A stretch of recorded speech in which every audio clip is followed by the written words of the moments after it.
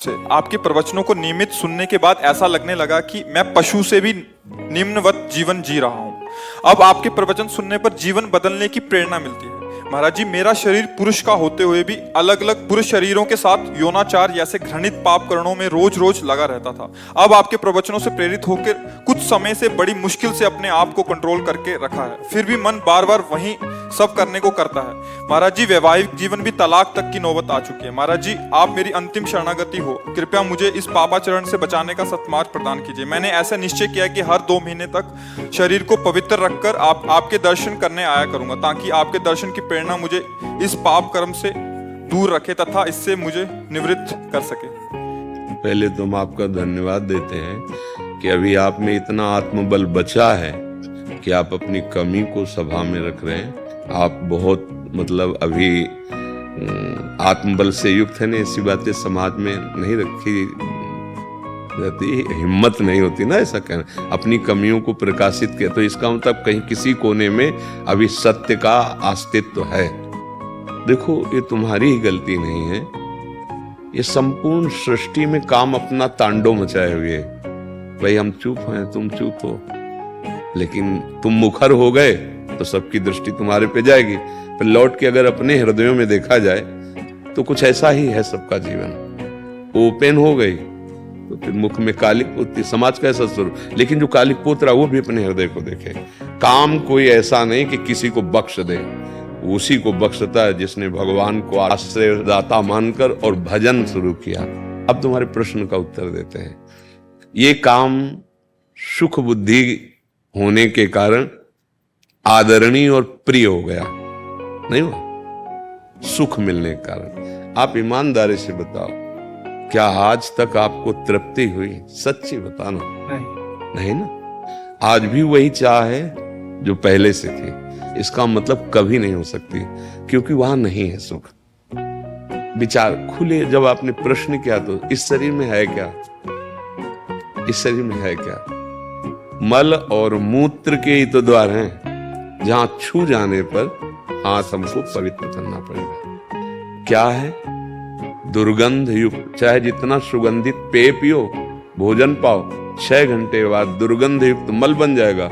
एक मल का द्वार है। चाहे जितना सुंदर जूस और दूध पियो, एक मूत्र बन जाएगा। दोनों के द्वार हैं, मल और मूत्र। उसके सेवन का केवल एक ही मार्ग बताया गया है कि संतानोत्पत्ति रूपी जो भगवान की सृष्टि का क्रम है, उसकी पूर्ति के लिए काम का आदर किया गया। भगवान ने कहा धर्मयुक्त काम मैं हूं, अर्थात जो ये सृष्टि जनित क्रिया है, संयम के द्वारा संतानोत्पत्ति करने के लिए ये जो पाणिग्रहण संस्कार किया जाता है, इसकी ये वैराग्य को प्राप्त हो जाएगा, घृणा को प्राप्त हो जाएगा, और वो सच्चे मार्ग का पथिक बन जाएगा। पति पत्नी दोनों एक ही धर्म का आश्रय लेकर, भगवद आश्रय लेकर संतान उत्पन्न करना, मानो सृष्टि रूपी भगवान की पूजा करना, बस इतने के लिए काम का आदर है। ये व्यर्थ में गंदे आचरण करना है। ये जो अभी इन्होंने प्रश्न के पहले हमें बताया, क्योंकि हम तो बच्चापन से गंगा किनारे रहे, शास्त्र की बात तो हमें पता है, लेकिन ऐसा पता कि स्त्री स्त्री से आसक्त हो जाए, हमने तो सुना है मोह न नारी नारी के रूपा। शास्त्र तो ऐसा आज उल्टा, और कलयुग का यही उल्टा कि स्त्री क्या बताया था, स्त्री स्त्री के हाँ, अब इनका तो हमें कहीं शास्त्र में परिचय ही नहीं मिला। ये तो कलयुग की देन हो रही है। देखो, यदि तुम्हें भगवान ने मानव दे दी है और सुख और शांति की इच्छा है, तो वो केवल भगवान की शरण में, भगवान के नाम में। नहीं तो जैसे मन समझाता है कि एक बार भोग लूं तो शांति मिल जाएगी, ऐसा मन कहता है कि जो इच्छा होती है एक बार तो यार देख लेते हैं। आपने अनेकों बार देखा है, अनेकों शरीरों को देखा है, ईमानदारी से आप कह रहे हो, फिर भी आपकी वृत्ति वही है। आज से अपने इस दगाबाज मन की सलाह को मारना सीखो, महात्मा बन जाओगे। कुछ नहीं बिगड़ा है। हमारे भगवान की ऐसी ही कृपा है, नहीं तो किसी का उद्धार ना हो। कितना भी बड़ा अपिचेत सुदुराचारो भजते माम अनन्य भाग साधुरेव समंतव्या। भगवान कह रहे मैं उसे साधु मान रहा हूं, सम्यक व्यवसिता ऐसा। बस ये ध्यान रखना, इसका अर्थ समझ लेना। उसने बुद्धि से निश्चय कर लिया कि यार अब इसमें किसी में सुख नहीं है, हम जो सुख शांति पाना चाहते हैं वो इनमें नहीं है, वो भगवान में है। अगर ये जो आजकल चला है जीवन नाश की लीला, ये बहुत खतरनाक है। जैसे बच्चे गंदे आदतों में फंसते चले जा रहे हैं। अब नए नए लड़के 30 के हो गए, मुझे ब्याह नहीं करना, माता पिता कहते हैं नहीं, क्यों? क्योंकि उनकी रुचि स्त्री शरीर में नहीं, पुरुष शरीर में है। तो एक काम का आदेश केवल संतानोत्पत्ति के लिए, क्या आप संतान उत्पन्न कर लेंगे? नहीं। तो ये जो शक्ति का नाश कर रहे हैं, ये जो अपराध कर रहे हैं, ये तुम्हारी दुर्गति कर देगा। तुम्हारे मनोरंजन के लिए थोड़ी तुम्हारा शरीर मिला है। तुम्हारे शरीर पर तुम्हारा अधिकार केवल सत्कर्म करने के लिए है। अच्छा, तुम अपने शरीर को नष्ट करो, हमारी सरकार को पता चल जाए तो आपको सजा मिलेगी? नहीं मिलेगी। आपके तो हमारा शरीर हम रखें या नष्ट कर दें तो देखो तुम्हारे शरीर पर भी तुम्हारा अधिकार यहां नहीं, यहीं यही की सरकार आपको अभी हथकड़ी डाल देगी। फिर अलौकिक सरकार।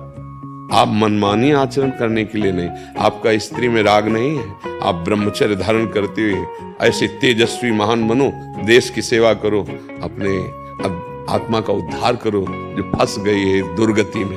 उसको ऐसा थोड़ी कि गंदी आदतों में फंसा के नारकियों ने कैसे कैसे, मतलब आप थोड़ी देर विचार करो, कहां तुम सुख ढूंढ रहे हो, कहां ढूंढ रहे हो? अरे पागल, उसमें सुख है। अच्छा, तुम यहां हमारे पास क्यों आए हो?